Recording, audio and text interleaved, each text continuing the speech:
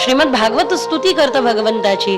बरहा पीडम नटवर वपू कर्णयोर कर्णिकारम.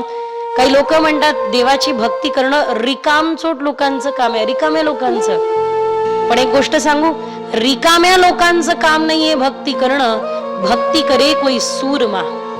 अस्तित्व समर्पित करून भगवत भक्तीला लागणं ही फार मोठी गोष्ट आहे.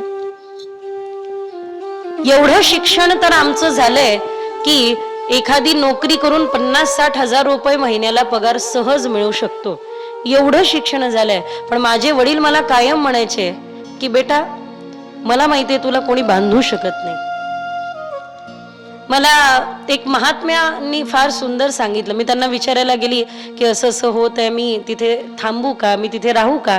ते मला इतकं छान म्हणले की बेटा, 4 खोली निर्माण करून फक्त त्याची चाकरी करण्यासाठी तुझा जन्म नाही. तुला मुक्त आकाश आहे, तुला उडायचंय आणि सेवा करायची. हाच विचार करून निरंतर सेवेमध्ये